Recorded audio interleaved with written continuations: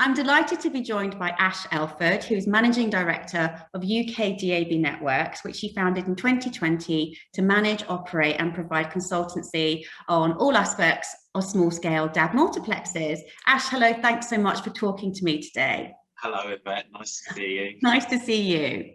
Now, UK DAB Networks is currently working with Nation Broadcasting, managing their Glasgow multiplex, and Angel Radio managing their Portsmouth multiplex.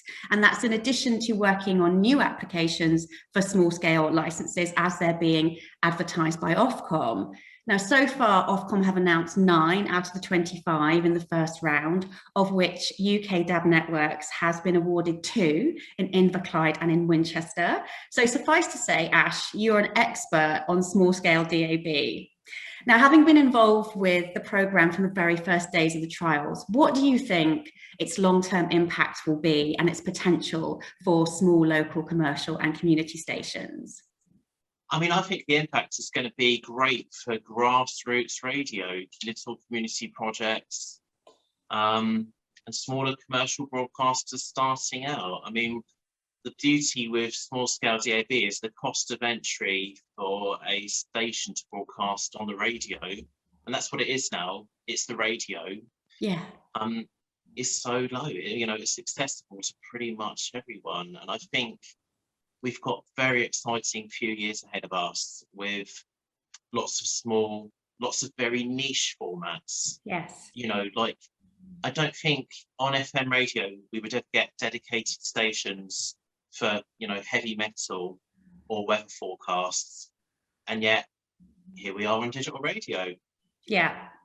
So you launched and managed the highly successful Portsmouth small-scale multiplex. So what are your learnings about what makes a small-scale successful station, and how has the station lineup evolved over the years on that particular mux? Yeah, it's interesting. I mean, if you look at Portsmouth specifically, I mean, back in August 2015, we launched with 6 services, and today there are 31 services. Wow. And that lineup has evolved because at the small scale level, most multiplex operators on a pay-as-you-go basis. Mm-hmm. So it's very low risk for a station to start up, or they can start up in one area, and then as they build their audience, they can expand to other areas.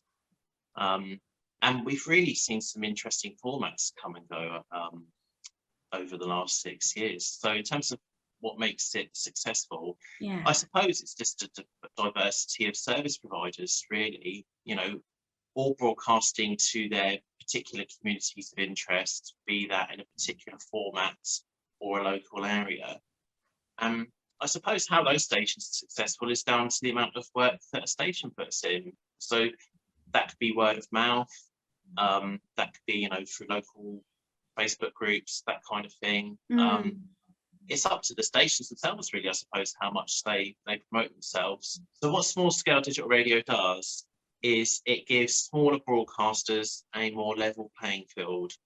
You know, you could launch a radio station for your local community, and you're going to be on the menu alongside the likes of, you know, the BBC, Classic FM, right, Magic, and it's a great leveler. Yeah. You know, in terms of democracy, of people turning on their radio and finding all kinds of new and interesting services. Yeah, that's right. It creates a great opportunity in that level playing field. So moving on a little bit to your current plans. So you've already won the licenses for Inverclyde and Winchester. So congratulations on those. And you have 3 more applications, and also Nation Broadcasting, who you work with, has applied for a number of licenses. So without giving away any secrets, what can you tell us about these plans and how you're working with Nation Broadcasting and their or other partners? Yeah, so the other party I'm working with is GTFM, who recently been awarded the small-scale multiplex for the Welsh Valleys. Yeah. I mean, you know, I live and breathe digital radio, and you know, what I've achieved in Portsmouth and Glasgow, I want to replicate that as much as possible across the rest of the UK. Right. In terms of what Nation's plans are, and my plans for Winchester and Inverclyde, is to get those multiplexes launched Mm. and to get those new and interesting services broadcasting as soon as possible. Great. And as for the future, it's pretty much that. You know, there's Yeah. no secret in the way that I've been operating. You know, if you want to look at what I would do in the future, just look at what is on air at the moment, you know, and I think it's going to be a big ask, but I think if I can bring, you know, a diverse mix of communities, small scale broadcasters and small commercial stations to as many areas as possible, then that'd be great. And that's either me doing it through UK DAB networks or helping commercial entities like Nation or smaller broadcasters like GTFM or Angel. Right. And we've only seen the first round of areas advertised, and there are probably, you know, another 200 licenses to go. So can you tell me, pardon? It's going to be busy. Yeah. So there are obviously further applications in the pipeline from you. Yeah, definitely. And as with anything, I've obviously, you know, the northwest of England is coming up in June, which is very exciting. And yeah, we'll see how often we get on with licensing for the rest of the country. Really, I just want to crack on and get applying for licenses. Yeah. So if anyone from Ofcom's watching this, please hurry up with rounds 3, 4, 5, and 6. Now, in Portsmouth, you took a lead when you moved to broadcasting in DAB+. So how important is DAB+? Do you foresee a further transition to DAB+ broadcasting and listening?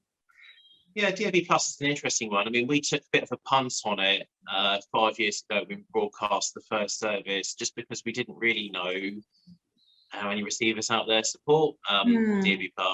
But frankly, quite a lot do. In fact, radios that I never actually thought were DAB+ radios were able to receive the broadcast, which is really good. In terms of why to go DAB+, I suppose, you know, from a holistic perspective, we've been able to further diversify the lineup. I mean, before we went DAB+, in Portsmouth, we just broadcast 11 stations, you know, and today of the 31, 30 are DAB+. And as for the stations are concerned, it lowers the cost of entry. You know, they can broadcast in stereo, but if you take a broadcaster like Angel, for example, who I help with, you know, if you have the dilemma between being on one multiplex in standard DAB or 2 or 3 multiplexes in DAB+ for the same, you know, outlay, it's kind of a no-brainer, really. Yeah. And what the other thing I found is in Portsmouth, I've never forced any station to go DAB+. It's always been the stations themselves that have decided to go DAB+. Yes. And what they found is that even though their listeners may not necessarily have, you know, all of their radios as DAB+, they do have radios that are DAB+. So, you know, their main set may be DAB+, the car radio will be DAB+. So actually, it's not as scary for stations as you might think it is. No. And what does success look like, do you think, with small scale DAB? You know, I think part of the thing of success is if I go back, you know, 20 years ago, you know, when I was at school and, you know, all enthusiastic about radio and talking to my friends about radio stations they listen to. And some of them would say, I don't listen to the radio because there's nothing for me. Well, the odds of them being, you know, odds of there being a station that does interest them, you know, greatly improved. And I think it's about making sure, you know, no one's left behind. You know, radio, you know, can have something for everything. Yes. Or sorry, radio can have something for everyone. Yeah. So I suppose that would be success for small scale DAB, is we're filling in those unprofitable, you know, large scale formats, but at a smaller level where they might be more commercially viable, or even crowdfunded. Yeah. I think that's a great note to end on. Thanks so much, Ash. I wish you all the very best for future announcements from Ofcom and in due course the launch of your new multiplexes. Thank you very much. And I hope you're there at the launch party. We will be.